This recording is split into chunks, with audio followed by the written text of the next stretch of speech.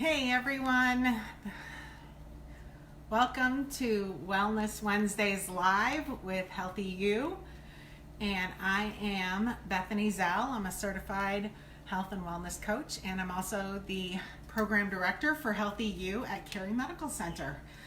And so this week we're going to be talking about some healthy food swaps, and this is all because Healthy You has taken a new direction in 2020 where we're taking a theme-based approach to our programming. And so each month we're going to have a theme, a wellness or overarching health or wellness theme that we'll focus on for the month. And so for the month of January, because a lot of people are focused on being healthier and making good choices and new lifestyle changes in the new year, we decided to kind of help people along with some of that momentum that they might already be feeling as a result of maybe some New Year's resolutions that they've made.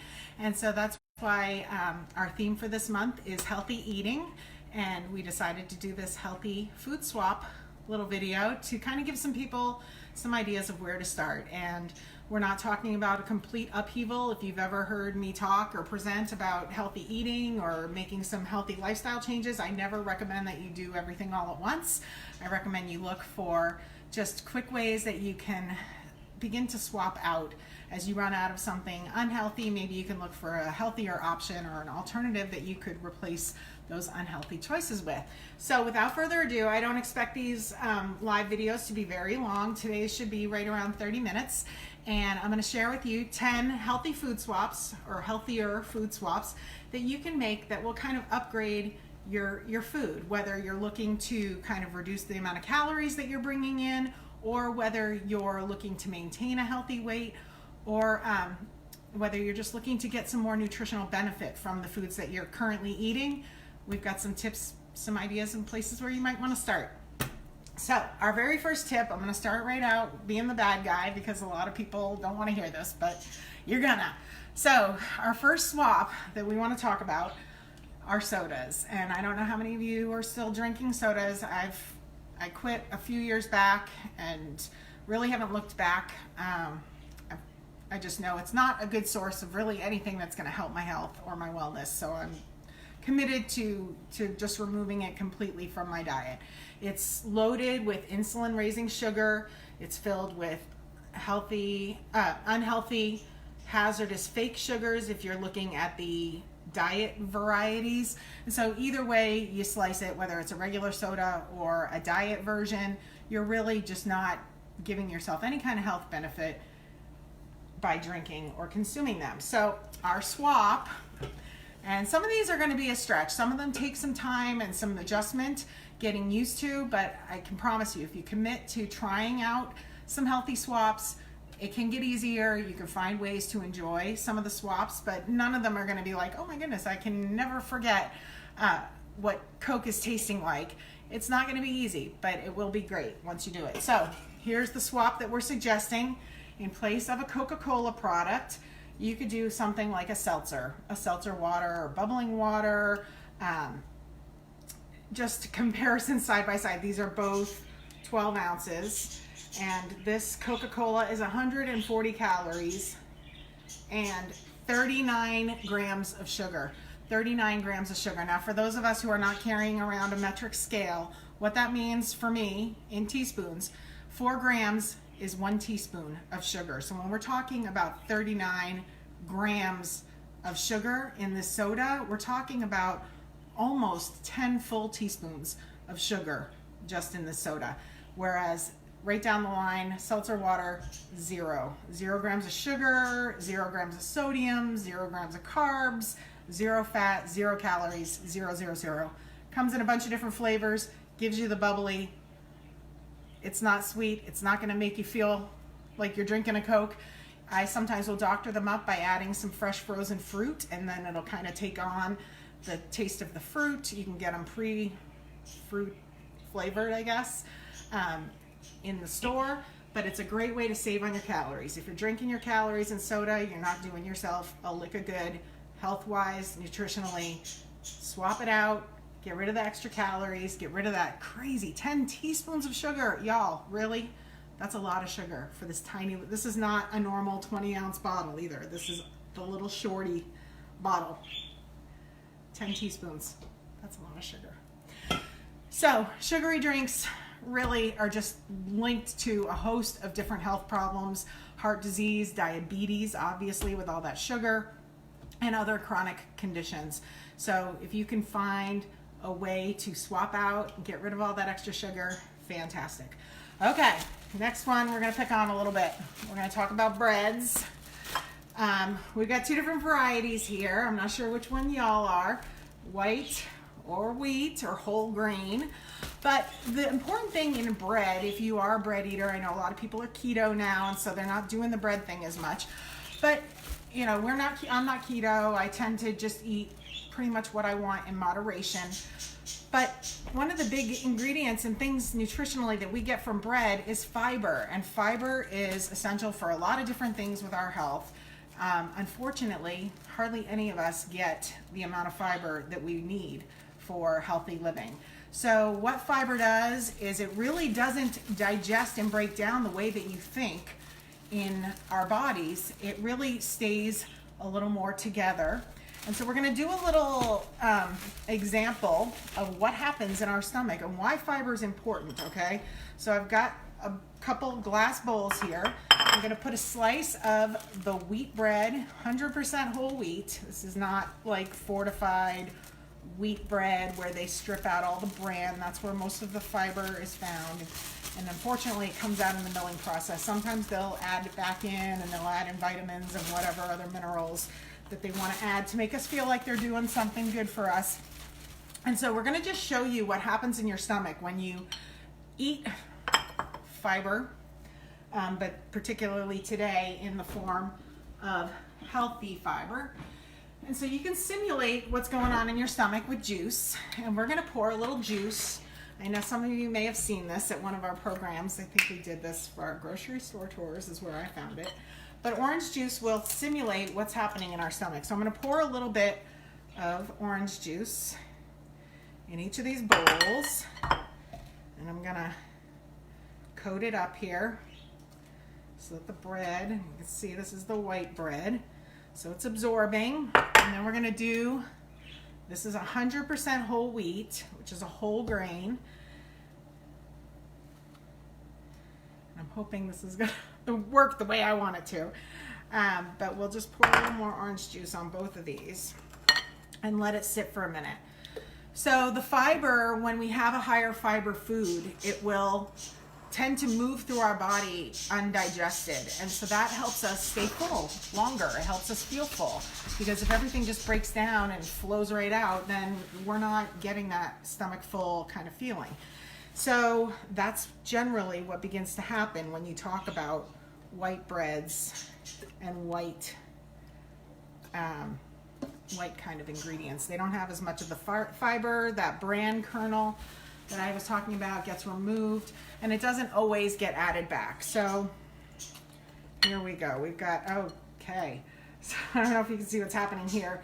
This white bread is kind of getting all blah. It's making a giant mess all over the place. It's breaking down. I mean, this is literally not even a minute, and it's like mush. I can't pick it up. It's just kind of gross. So this is what's happening in your stomach. It's moving through very quickly. It's becoming liquid, and you're not feeling full. Meanwhile, I'm trying to do this. I might need to do two hands here. Meanwhile, we've got our whole wheat, 100% whole wheat bread. It's still in pretty good condition.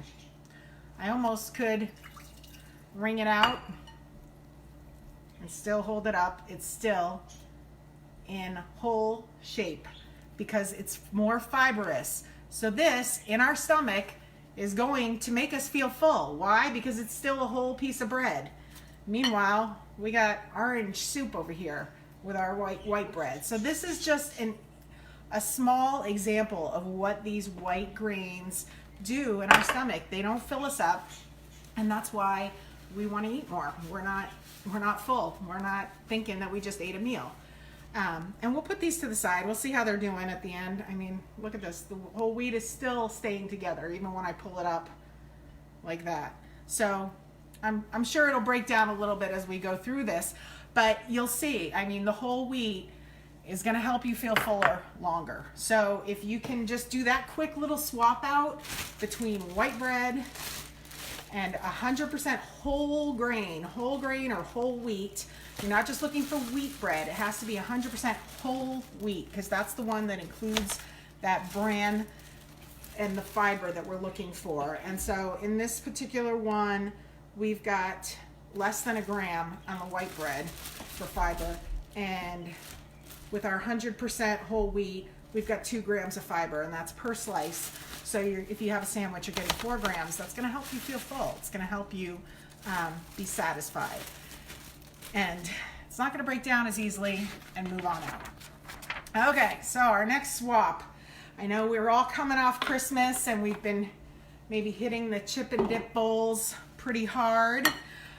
So we're going to talk about some different healthy swaps you can do for just your dipping.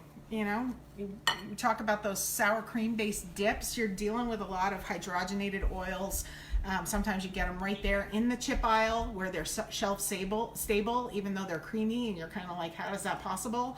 It's because they've been infused with some really gross fats that make them shelf stable. And so what we're going to use instead of our creamy based type dips, I'm going to give you 3 different options, 3 different swaps you can try. Okay, so first up, we got salsa. Salsa, where you're looking at about 60 calories per 2 tablespoons of dip. With salsa, you're only looking at about 10 calories, so it's a lot less substantial in the calorie department. 0 fat, as opposed to all those hydrogenated oils and fats that are making those dips shelf stable, or just some of those things appear naturally in dairy products. We get fat. So very little sugar. If it is, it's occurring naturally in those tomatoes. You're getting some other health benefits because you're getting like the lycopene from the tomatoes and the different the great little nutritional boosts that come with it. So and then the other great thing with salsa, particularly, a half cup of this is equal to 1 serving of your vegetables. So you can almost kind of eat this and not feel as guilty. If you ate a half a cup of sour cream based dip, you'd be having a problem. Another little quick dip swap that you can do, guacamole. And this has some fiber, has great protein, and a lot of healthy fat, the kind that reduce our LDL or bad cholesterol. It's also, because it's made with avocados, it's a great source of magnesium, which is great for your muscle health. And it's got 9 grams of fat as opposed to some of the higher fats, and it's, again, that good quality one that's going to help you. This particular one is done in snack pack size, so each of these little packets is 100 calories. I don't even need to think about it. I can just grab this and go and not worry about getting too many calories. Even if I double dip, it works for me. And it's got 4 grams of fiber, so these are going to fill you up more than a standard sour cream based dip. Another great one that we use a lot here in our house is hummus, and this is another one. It's made with chickpeas, which are a bean, and so it's got some protein, and this one particularly has 2 grams of protein per 2 tablespoons.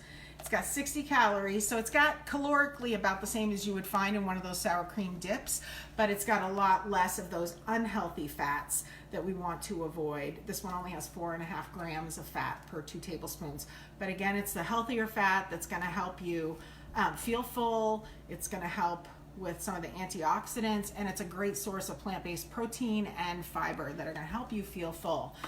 Depending on the recipe, the one thing I want to caution you on with dips, and this is across the board, whether you're sour cream or one of these healthier varieties of dip, is you got to watch out for sodium, because sodium, if that's something that's a worry for you, some of these can pack a pretty good sodium punch when you're talking about your full day, 130 milligrams and we're talking 2 tablespoons. So you want to be really careful on the sodium if that's something that you worry about. Guacamole had 240 milligrams in one of these 100s, which is 100 calorie packs, which is more than that's substantially more than I don't know if you can see how big these little packets are in here. A lot more than 2 tablespoons in each of these.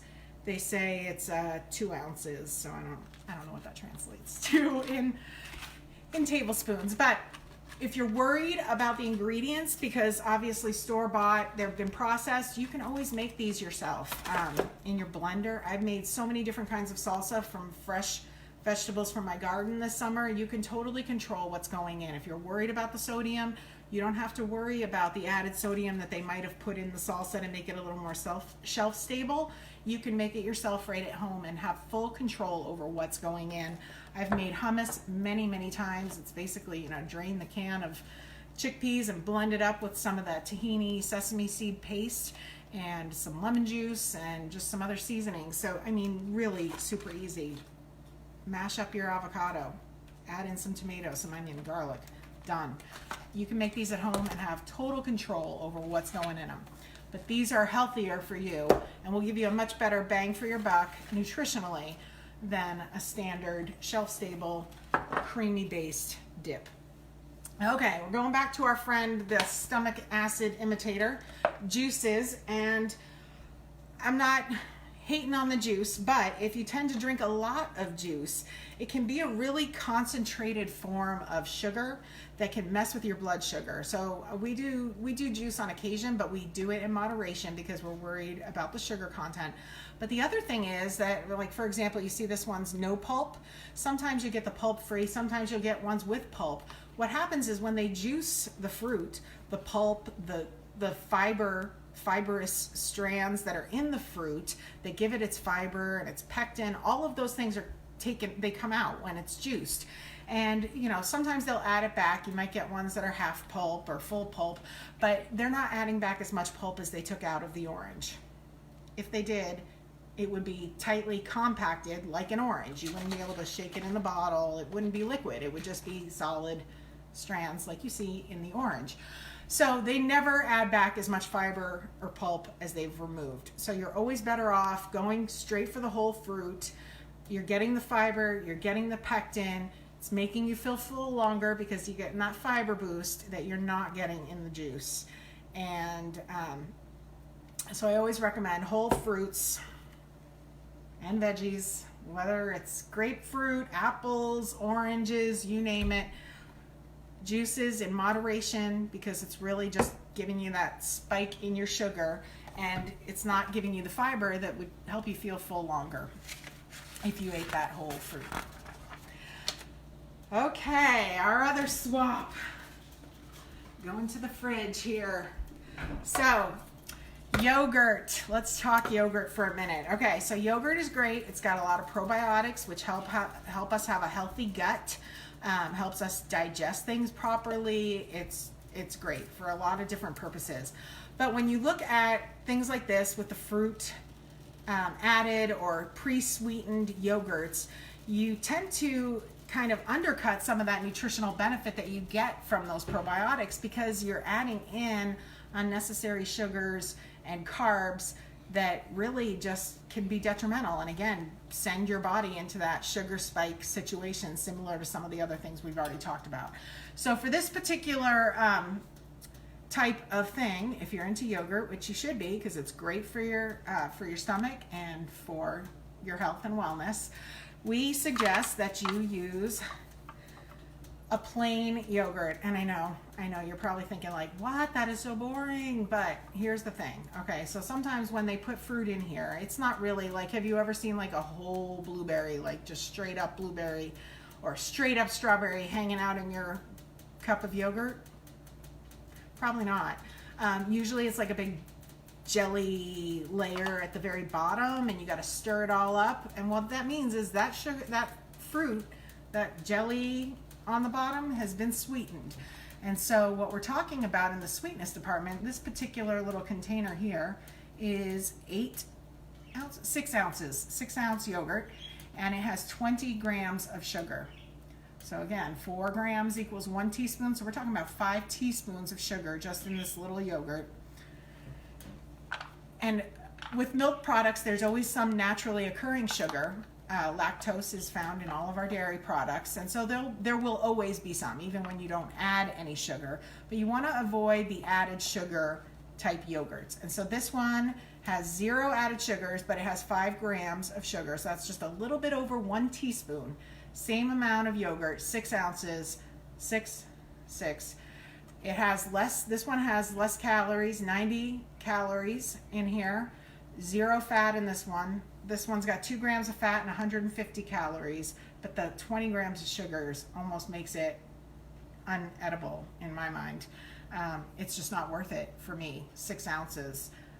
This one has 6 grams of protein, and that's pretty much it. I mean, it's a decent source of protein. This is a Greek yogurt. The protein in this one is more concentrated because they actually strain out some of the extra liquid. So you get a creamier product. When you talk about Greek yogurts, you might wonder what the difference is. It really is just a more strained yogurt. So you're getting more of the creamy yogurt part that we're looking for in a Greek form. And because of that, the protein is higher. This one has 18 grams of protein as opposed to the 6 in this. So triple the protein. That's going to make you feel full longer. It's also lower in carbs, 5 grams compared to 28 net grams in here. I mean, it's crazy. But then the thing is, if it's boring and you don't like it, you have room to adjust it. You can add your own things to sweeten it up a little bit, do a little drizzle of honey. You can add some nuts. You can add some low sugar oatmeal or low sugar granola, maybe that you make yourself. You can add some fruits, some dried fruits, whatever you want. Spices, cinnamon is great on yogurt. It'll add a little tinge of sweetness and some flavor, but you have room to do that with this as opposed to this. If you added anything to this, it would just make it completely unnecessary. So start with plain, doctor it up, make it palatable to yourself. You're going to get more protein. You're going to get less of the unnecessary sugars, the empty calories that aren't going to fill you up, and you're going to have more bang for your buck.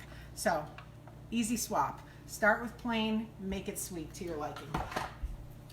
All right, now I'm not bashing on beef. I'm a beef eater, but we all need to be a little bit careful how often we're eating beef because, you know, it does have fat. It's an animal product. So another great thing we can do, and it's an inexpensive swap out, is to use something like a lentil.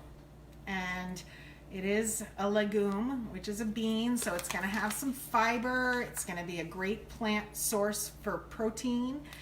And you can swap these out. For every pound of ground beef, you can substitute 1 cup of dried, uncooked lentils. Now, red and brown, green and brown lentils tend to have a more mild flavor, and they'll take on more of the flavor of whatever it is that you're cooking. Whereas red lentils, they have another type of antioxidant in them that the red and the green don't have because of their red color, but they tend to have a little different flavor, and so it might compromise the integrity of your recipe. But you can swap these out almost anywhere you use ground beef. I've had people make lentil burgers before. I've made meatballs with them. You can make a lentil loaf, make a meatloaf. One of our family favorites are lentil sloppy joes, and we just swap out that ground beef. Instead of using ground beef, you use the lentils, cooked lentils. Prepare them just the way they are, just how they tell you on the package, till they're soft, and then swap them in for your ground beef, just like you would with browned ground beef. You swap in those cooked lentils, easy peasy. To give you just an idea of what you're looking at as far as savings, calorically and nutritionally, a half a cup of lentils will save you 70 calories over a half a cup of ground beef. So 70 calories less than the beef. No fat, as opposed to the 15 grams of fat that are found, like if you do a standard fat beef. 18 grams of fiber in a half a cup of lentils. That's going to fill you up. It's going to make you feel full longer. So beef, unfortunately, although I love it, does not have any fiber. Protein wise, beef has a little bit more protein. It has 20 grams to lentils 16, but here's the big deal. Literally the deal. Beef, when you look at it, based on Walmart pricing, $4.98 a pound is what we're looking at right now for beef at Walmart. Whereas lentils, you can get a whole pound of lentils at Walmart for $1.59. You want to talk about eating healthy on a budget? Lentils can be your best friend in that area. And because they're so versatile, you can use them anywhere. Soups, throw them into soups, make tacos with them. Wherever you use ground beef, doctor up your jarred marinara sauces with some cooked lentils. replace the beef, swap it out, you know, even just once a week. If you swapped out your beef for your with lentils, you get a big boost of fiber on that day and some great plant protein that's going to help you in the long run just to be healthier overall. Lentils, often overlooked. I forget about them. I'll be honest, I forget about them too. Just these little unsung heroes of the legume world. Check out your lentils. Don't ignore them. Okay, who here likes to bake? I know we do. I've got a couple bakery girls of my own that love to do some baking. And a lot of recipes will call for oils, vegetable oils, and those tend to add a lot of unnecessary calories, and you get very little nutritional return on that caloric investment. So I know some of you may already know this particular swap, but one way you can swap out some of that unhealthy fat, first of all, you always want to look for your best oil option. So, you know, if you're using just a straight up canola or straight up vegetable oil, maybe look for like a light tasting olive oil where at least you're going to get some of those antioxidants and health benefits that come from a healthy oil, and it won't necessarily impact the taste of your baking. But if you're really worried about the fat content, you can swap out oil on a 1-to-1 ratio in baking with unsweetened applesauce. I know it sounds really weird. If you've never done this, you can totally do it. A word of warning, it will sometimes make your texture a little more chewy, and if that bothers you, you can mess with it. You can alter it a little bit. You can replace just half of the oil with that a recipe calls for. You can replace half of it with your unsweetened applesauce. And just to give you a comparison of the two, your half a cup of unsweetened applesauce has 50 calories to 964 calories for a half cup of vegetable oil. I'm not even kidding you with that. 964 calories, you can swap it out for 50 in your recipes. That is substantial, okay? Fat-wise, 109 grams of fat in your oil, half cup, 0 fat. Because who ever heard of a fatty apple? Nobody. Also, you got lots of vitamin C, got a gram of fiber. It's not huge, but it's more than what oil has, which is nothing. So get a little more fiber, swap out your oil for applesauce, unsweetened. Make sure we note unsweetened. You don't want it it won't impact the taste because apples are pretty mild. It will not impact the taste of your baked goods. Just know that if you don't like the texture, try swapping out just a part of the oil that the recipe calls for. You'll be giving yourself some great calorie and fat savings by doing that. So that's swap number 7. All right, swap number 8. I'm not going to bash on rice because it is a whole grain. We love rice up here in our house. It's got some protein. It's got some good vitamins. It's a good source. It's got some fiber. I mean, it is a whole grain. So I'm never going to tell you to just get rid of rice unless you feel that you're called to get rid of rice. But if you're looking to cut the calories and some of those carbs, I know some people are worried about the 36 grams of carbs in a quarter cup of dried rice. You've probably seen this. Some of you may have even tried this. Right in your freezer section at the store. Has anyone seen this before? Riced cauliflower. Works just like rice. I know, it sounds weird, right? Who's like thinking this is gonna taste like rice? But cauliflower is very versatile. It has the capacity to take on the taste of whatever it is that you're cooking with it. So you can use this, and I've riced other vegetables. You can rice it yourself if you don't want to buy it pre-riced. Probably pay a little bit more to have it done for you, but you can do it in a food processor. There's a lot of great gadgets out in the world now that help us all be pampered chefs and can chop up our food really tiny. I've riced carrots, I've riced broccoli in the past. Cauliflower is a great one. You can throw it in and use it anywhere you would use rice, whether it's stir fries, serve the stir fry over this you won't even notice. Once that soy and everything else gets mixed in with all of it, you're not even gonna notice. But your waistline's gonna notice, because compared to 210 calories in a cup of cooked white rice, 20 calories, 20 in 1 cup of cauliflower rice. 46, well, this particular brand, 36 grams of carbs, 4 grams of carbs. Rice has a little more protein than the cauliflower, but cauliflower still has 2 grams of protein, and it has more fiber. So this has 2 grams of fiber to the 1 here in our rice. But it's an easy way. You can get rid of some extra calories, extra carbs, things you're worried about. Not to mention, cauliflower has its own great antioxidants. It's a cruciferous vegetable. These antioxidants in here can help reduce inflammation. It can protect against several diseases like cancers and heart diseases. Cruciferous vegetables are fantastic. Wherever you can squeeze those into your life, you should always be getting more of those. But rice or rice vegetables, try it out. See what you think. Let us know what you think when you try it.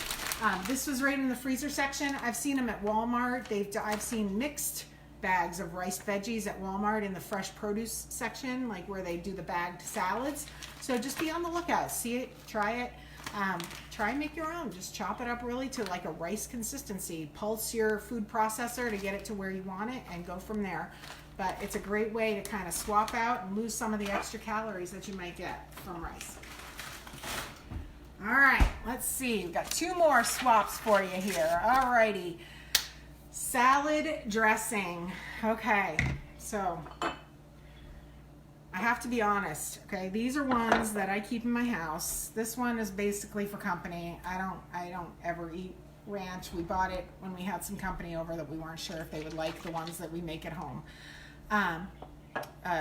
Newman's Own Italian, and this is a family favorite right here, the Vermont Maple Grove Farms of Vermont sweet and sour. But the problem with these, because they are shelf stable, you don't see them in a refrigerated section. They're going to be higher in those hydrogenated oils that make them kind of last longer on the shelf. And sometimes, depending on the brand that you get, they might be using a sub-quality oil that's really not nutritionally giving you a boost, similar to that vegetable oil that we talked about earlier when we were baking.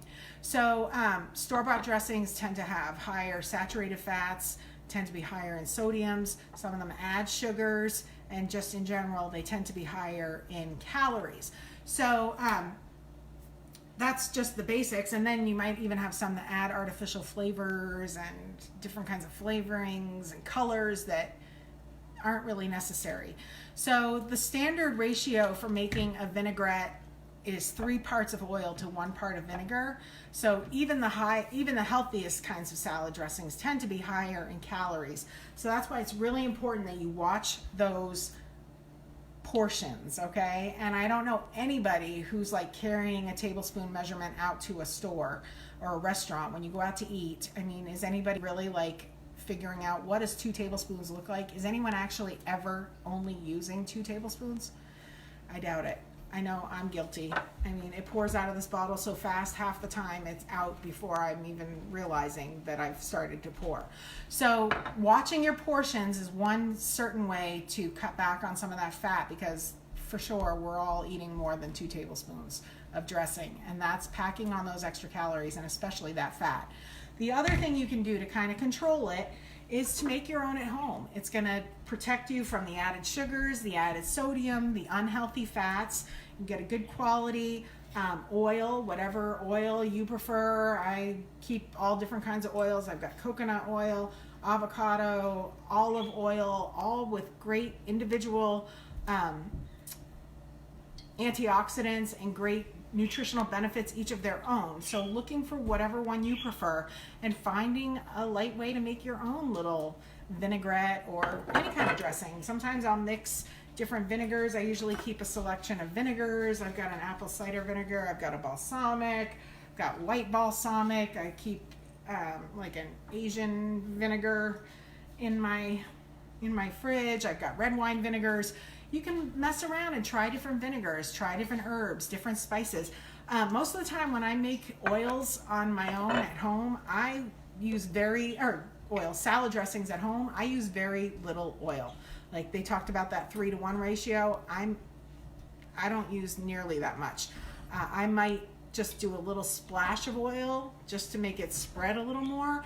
But most of the time I just use, to be honest, I use just straight vinegar mixed with different herbs, and sometimes I'll add in some mustard, some prepared mustard, honey, a little bit of honey, like a teaspoon of honey to add a little sweetness. But there are so many different homemade recipes that you can find for vinaigrettes, different vinaigrettes. Find one you like, try different vinegars, experiment, have fun with it. But you can save yourself a whole bunch of calories in the way of fat and unhealthiness just by making your own at home, or just substituting with some oil and vinegar, or even just straight vinegar with some herbs. And our final swap today is for breakfast. So I don't know how many of you start your day like this or like this, but I feel like a lot of us have already been shamed away from all of these things. But if you haven't, that's okay. I just want to draw your attention that there is a better way to start our day, because what happens here is these are loaded with sugars, okay? This one has 16 grams of sugar just in this little container. So that's 4 teaspoons of sugar. This particular brand has 12 grams of sugar, so that's 3 teaspoons in each serving, and that's about a cup worth. But the issue is not even necessarily that there's sugar in there, it's that there's so little protein or fiber.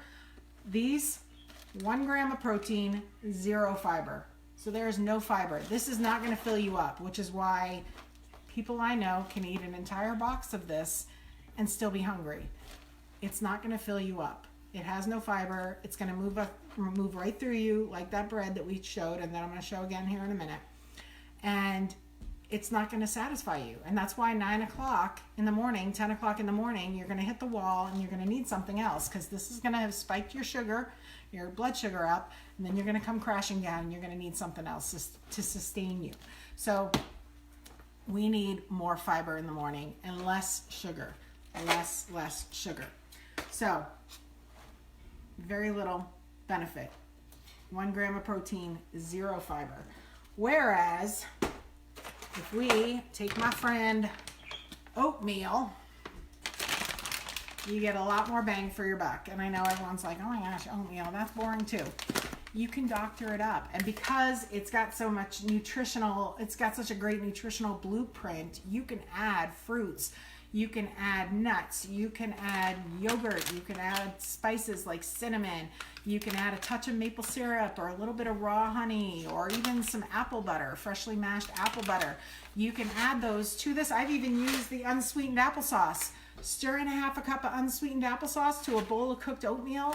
Chop up a little bit of apple so you get some chunks in there. Oh my goodness. And sprinkle it with some cinnamon. I'm not even kidding. It will change your morning. And you can do rolled oats. It doesn't matter. It can be old-fashioned, quick, rolled, whatever.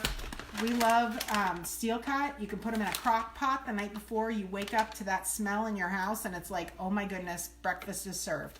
So super easy, but you're getting a lot more bang for your buck. 4 grams of fiber, 4 grams of fiber in a cup compared to none in that. 6 grams of protein. This is going to keep you full longer. And then if you add in extra proteins like those nuts or the yogurt, or you use like a low-fat milk, you're going to just make that nutritional boost even better.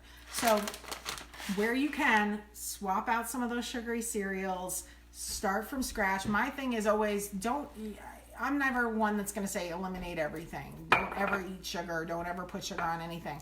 But start from nothing and add it in, and you're going to have so much more control over what's going inside of you. Whereas if you just take it from the box, you're getting whatever they've decided, and you've made the conscious decision to do it. So start with a blank slate, add the things, find out exactly how much you need to satisfy that sweet tooth, and keep it there. Don't put in more than you need, which is likely what's happening with this. This is more than any of us need in the morning for sugar and no nutritional benefit. So start blank, add it in, create your own canvas. create your own beautiful, healthy eating lifestyle.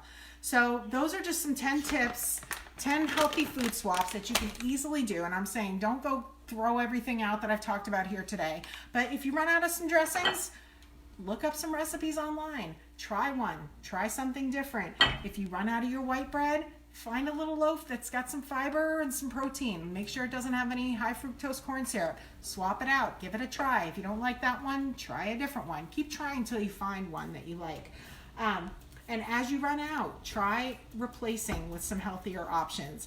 And it gets easier, I promise. It does get easier, but you find and look for ways to like the things. Try them out.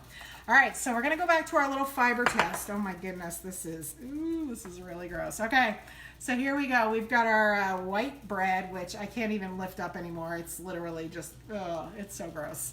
So this is, it's just going right through us. We're not satisfied, we're not full, we're not happy. If you look at this brown bread, I'm gonna try and lift it up. I don't know if it'll lift. It's still completely whole, okay, compared to our white. Completely in one piece. I'm gonna see if I can pick it up. It might fall apart because it's been about 40 minutes. Okay, we'll see. How long did the fiber last? Okay, it is still intact. This bread is still whole in one piece, and I could probably squeeze it out, and ooh, that's gross. Okay, but yeah, seriously, fiber, okay? It's gonna fill you up, it's gonna make you feel satisfied and give you way more bang for your buck. And I know I've said that a million times in this video, but I hope these are helpful. I hope you can try and implement some of these healthy swaps, and then I hope, of course, that you'll join us again on January 22nd. We're going to talk about some superfoods. What are superfoods? We're going to find out on January 22nd.